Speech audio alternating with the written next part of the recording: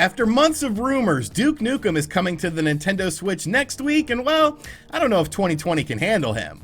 Some big PS5 leaks have hit the internet involving things like price point and release date, and I want to go over them. And finally, the god tier Pokemon game, the only Pokemon game I care about anymore, Pokemon Snap is getting a new version on the Nintendo Switch, and well, I'm very, very excited for this.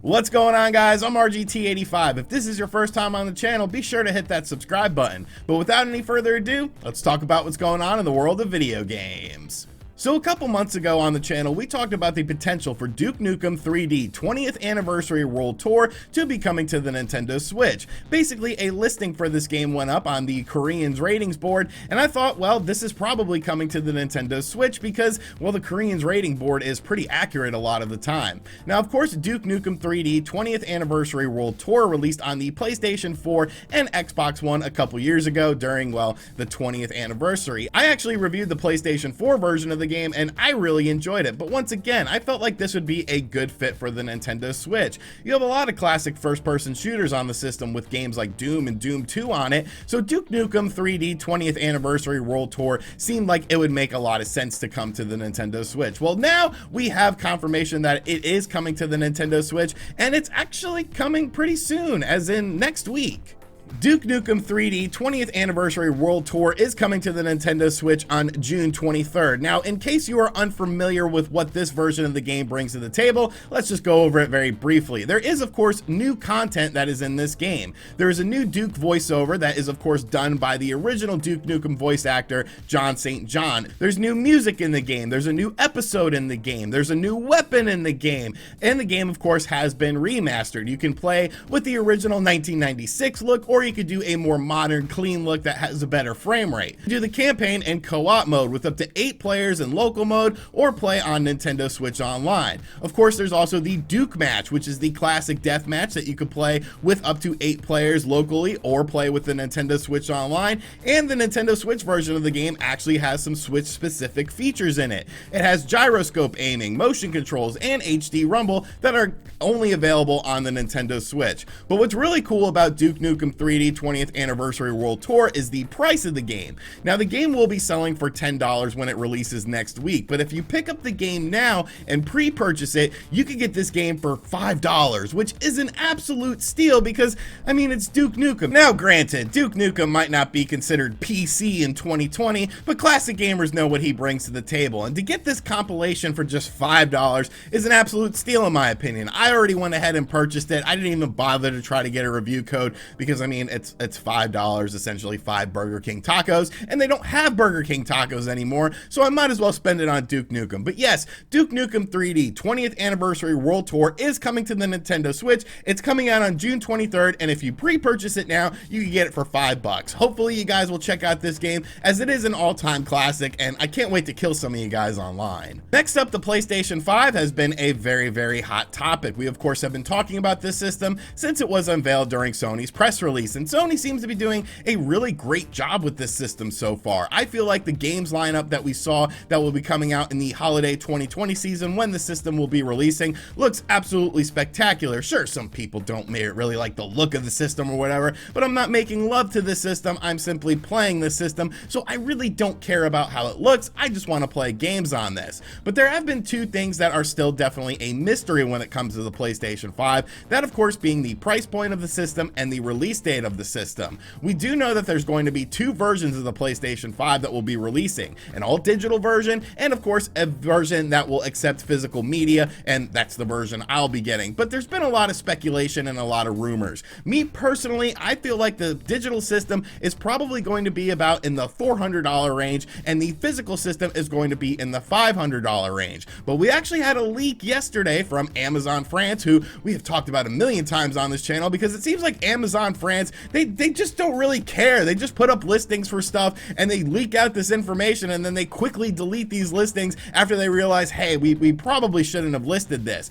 But Amazon France once again has stepped up to the scene, and they actually have a bit of a different price point.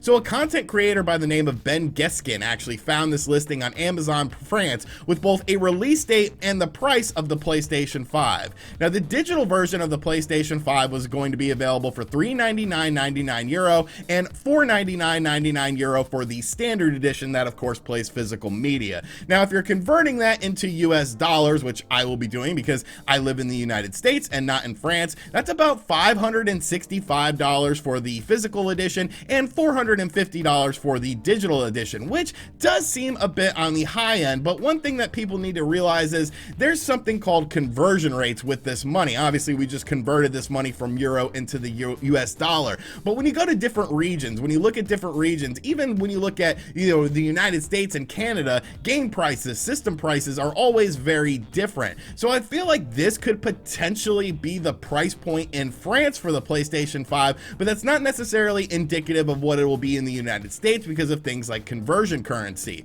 Now, one thing that I did find interesting though is that they actually put a release date for this system. They listed the release date as November 22nd, which I really feel like is in line with when the PlayStation 5 is going to launch. Obviously, the PlayStation 5 and the Xbox Series X are confirmed for a holiday 2020 release, and I feel like November is probably going to be the month for these systems. And then if that is the month for these systems, we of course know the launch lineup pretty much for the PlayStation 5, as we talked about in a video a couple days ago on the channel, because every game that was confirmed for a 2020 release for the PlayStation 5 would have to come out within those 2 months. So games like NBA 2K21, games like Spider-Man, Miles Morales, Godfall, these would all be launch titles for the PlayStation 5, which I think makes the PlayStation 5 launch lineup very, very strong. And there is a chance that a game like Ratchet & Clank could also slip its way into that launch lineup.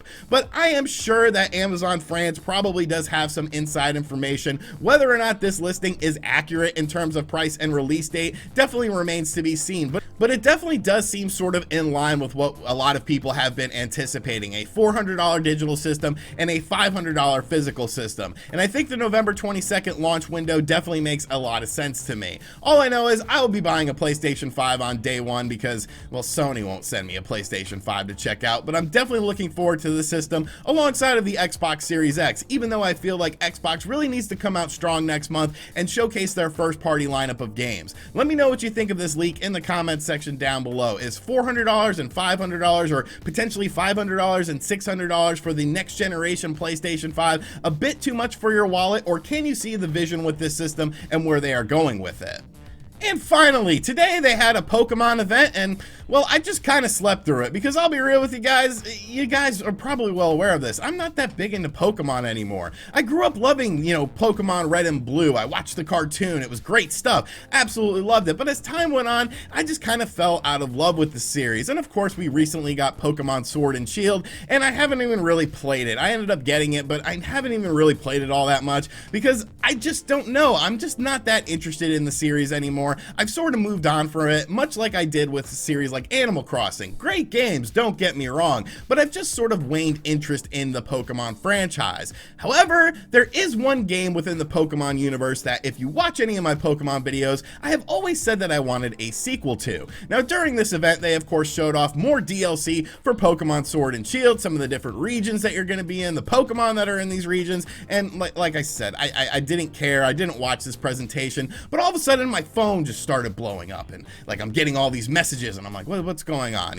What's happening here? Am I being canceled? But no, it's something even better, because that one Pokemon game that I always talk about, that one Pokemon game that needs a sequel, Pokemon Snap, is finally getting a sequel on the Nintendo Switch. Now, this game is being developed by Bandai Namco, and of course this trailer is done by the Pokemon Company. So because of that, I will have to clip this up into smaller segments because they will copyright claim this video, because God forbid you're excited about a game trailer that they put out on the internet and want to talk about this trailer. But holy crap, Pokemon Snap is coming to the Nintendo Switch. Now, there is no timetable for a release date for this game. It looks pretty far along though. I could definitely see this being a 2020 release, and if you don't know what Pokemon Snap is, it was arguably one of the coolest games on the Nintendo 64. Judging by the title of the game, yes, you take pictures of Pokemon in different regions. The best looking pictures, of course, get graded, and then you access different areas areas. But I just absolutely love this game because there's so many things to do, like throwing out certain,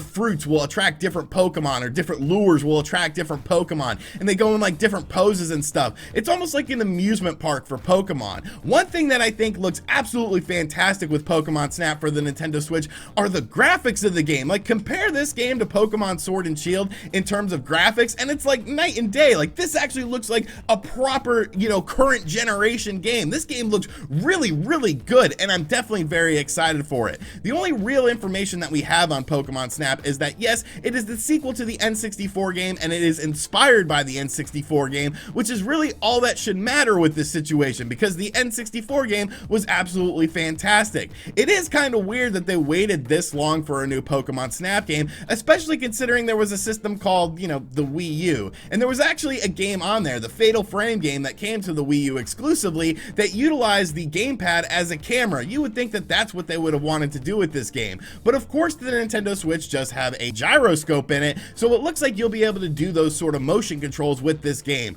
All I know is I don't care about the other Pokemon stuff. I'm sure other people will be talking about that stuff, so go check out their videos after you watch my video. But Pokemon Snap is coming back. It better come out in 2020, and this is the kind of stuff that excites me, because you have this big game announcement, like I said, like I talked about in the PlayStation 5, Xbox Series X versus Nintendo Switch video. Can the Nintendo Switch sustain momentum and of course be a viable platform in 2020? And one of the things that I was sort of contingent on for Nintendo's success are these stealth game announcements. Games like Paper Mario, the Origami King, and now Pokemon Snap, a brand new Pokemon Snap game. Like, these are huge announcements. These are game-changing announcements that will continue to drive Nintendo Switch sales and get people that are nostalgic for the Pokemon Snap series like myself to get involved and get very excited about the Nintendo Switch. So a huge win for Nintendo today. Everyone is probably talking about Pokemon Snap, and I am one of those people because I am ready for Pokemon Snap. Alright, so that is going to do it for today's video. I hope you guys enjoyed this video.